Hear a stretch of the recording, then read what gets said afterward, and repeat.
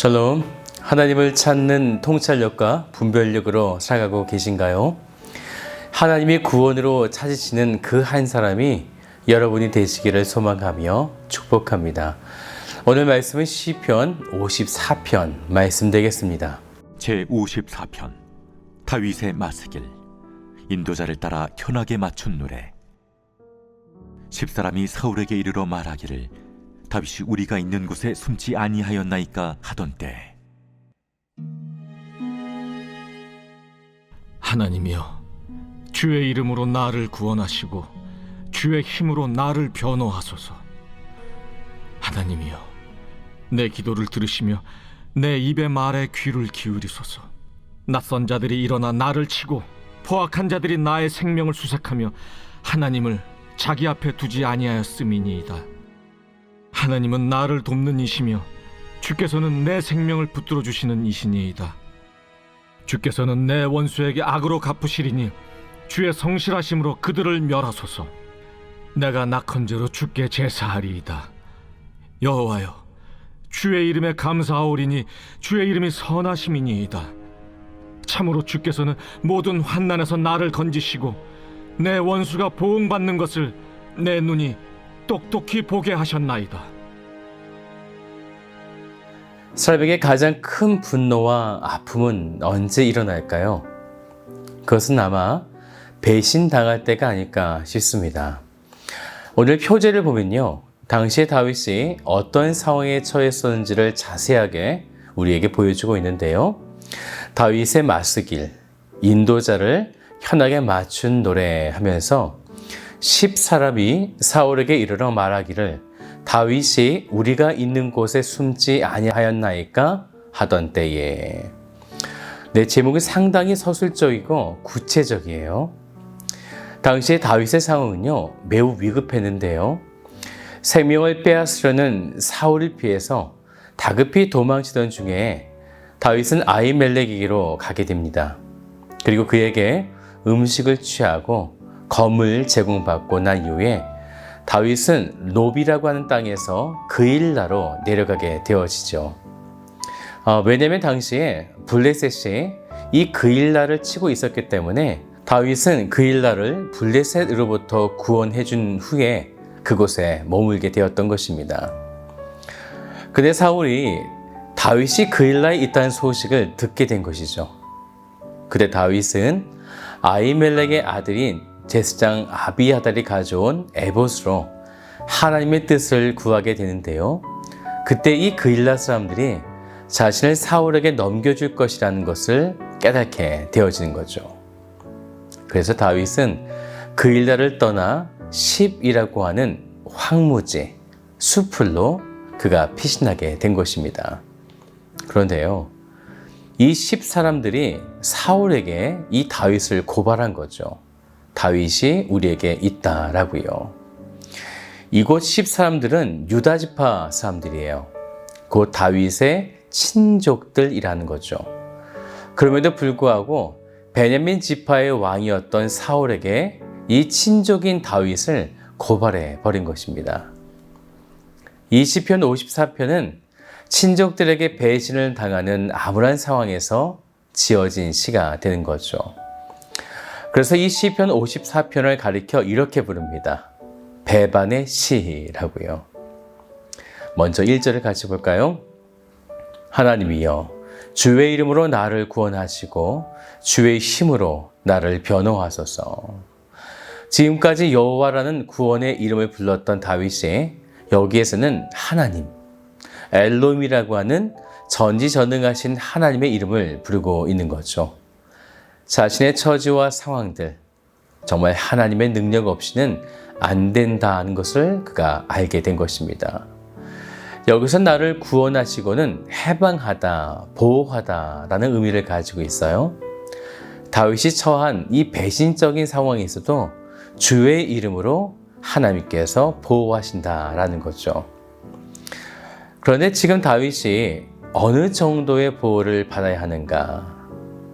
주의 이름으로라는 말은 단순히 호칭을 말하는 것이 아니에요.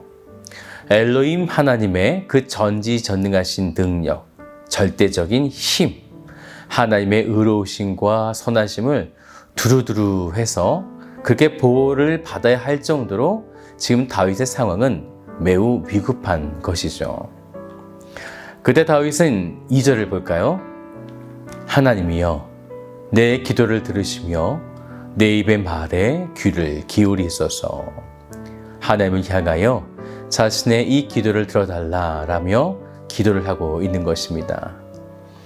어려움이 올 때 기도한다. 당연해 보이지만 사실 그것은 매우 쉽지 않은 일인 것입니다. 하나님의 능력을 온전히 바라보아야만 오늘 우리는 기도할 수 있기 때문입니다. 저는 오늘 여러분들이 하나님의 능력을 바라보며 그리고 그분의 돌보심의 은혜를 구하시기를 주님의 이름으로 축복합니다. 이제 다윗은 하나님을 향하여 구체적으로 기도하게 되어지는데 3절을 같이 보면요. 낯선 자들이 일어나 나를 치고 포악한 자들이 나의 생명을 수색하며 하나님을 자기 앞에 두지 아니하였음이니이다. 낯선 자들은 바로 10사람들을 말하고 있는 거예요. 그들은 하나님의 말씀에 순종하지 않은 자들을 말하고 있는데 이들이 다윗의 생명을 수색하고 있다라는 거죠. 찾고 있다라는 거예요. 그런데 그 위기 속에서 하나님은 4절을 보면 나를 돕는 이시다라는 것입니다. 그분은 내 생명을 붙들어 주고 계시다라는 것이죠. 낯선 자들, 이 10사람들은 지금 사울에게 고발해서 결국은 자기를 죽이려고 하는데 오히려 하나님은 그 생명을 붙들어 주고 계시다라는 것입니다.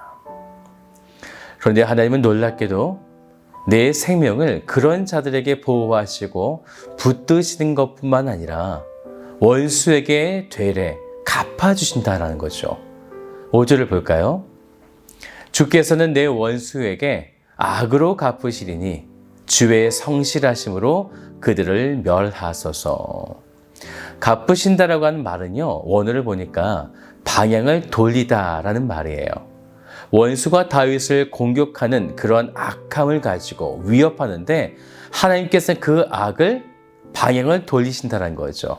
그래서 이 낯선 자들, 이 13들에게 오히려 공격함을 돌리시게 되어진다라는 것입니다. 그래서 주의 성실하심으로 방향을 바꿔달라, 멸해달라 이렇게 다윗이 간구하고 있는 거죠. 이제 이렇게 행하실 하나님을 기대하며 그가 또 간구합니다. 그러면 이제 하나님의 백성들은 이때 무엇을 해야 하는가? 그것은 하나님의 행하심을 믿고 즐거워하고 기뻐해야 한다라는 거죠. 그런데요, 아직 일어나지도 않은 일이에요. 그럼에도 기뻐하고 즐거워하는 것, 이것이 쉬울까요? 그런데 다윗은요, 바로 그때에 낙헌제를 드리며 제사하게 되어집니다. 이 낙헌제는요, 즐겁다, 헌신하다에서 유래해서요, 자원하여 즐겁게 드리는 제사를 말하고 있습니다. 즉 하나님을 사랑함으로 자원하는 마음으로 즐겁게 드리는 예배가 바로 낙헌제가 되어지는 거죠. 여기서 중요한 것은 자발성과 즐거워함으로 드리는 거죠.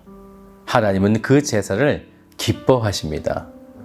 사울의 추격과 친족들의 배신 속에서도 하나님의 구원하심을 믿고 오히려 자원하여 즐겁게 제사를 드리는 다윗의 믿음이야말로 하나님의 참 기쁨이 되어지는 것입니다. 그래서 다윗은 처음에 주의 이름으로 나를 구원하셨다고 고백하였는데 이제는 6절에 보니까요, 주의 이름에 감사한다라고 그가 고백하고 있는 것입니다. 왜냐하면 그 주의 이름의 능력과 전지전능하심이 그리고 그에게 선하시게 나타나고 있기 때문입니다. 그래서 하나님의 백성은 반드시 어두움과 죽음의 소나기에서 건져내신 그 하나님을 바라보며 이렇게 즐거워해야 한다라는 것이죠. 이제 다윗은 더더욱 확신을 가지고 마지막 7절에 이렇게 선포합니다. 참으로 주께서는 모든 환난에서 나를 건지시고 내 원수가 보응받는 것을 내 눈이 똑똑히 보게 하셨나이다. 아멘. 사랑하는 여러분, 하나님은 우리를 돌보시고 지키십니다. 나를 해하려는 원수가 보응받는 것을 우리는 이제 마지막 그때에 예수님께서 이 땅 가운데 오시는 그날에 똑똑하게 보게 될 것입니다. 그때까지 그럼에도 오늘 우리들을 지키시고 인도하시고 돌보시는 그 하나님이 계시다는 그 사실을 믿고 오늘 하루도 담대하게 삶을 살아가시는 복된 성도가 되시기를 주님의 이름으로 축복합니다.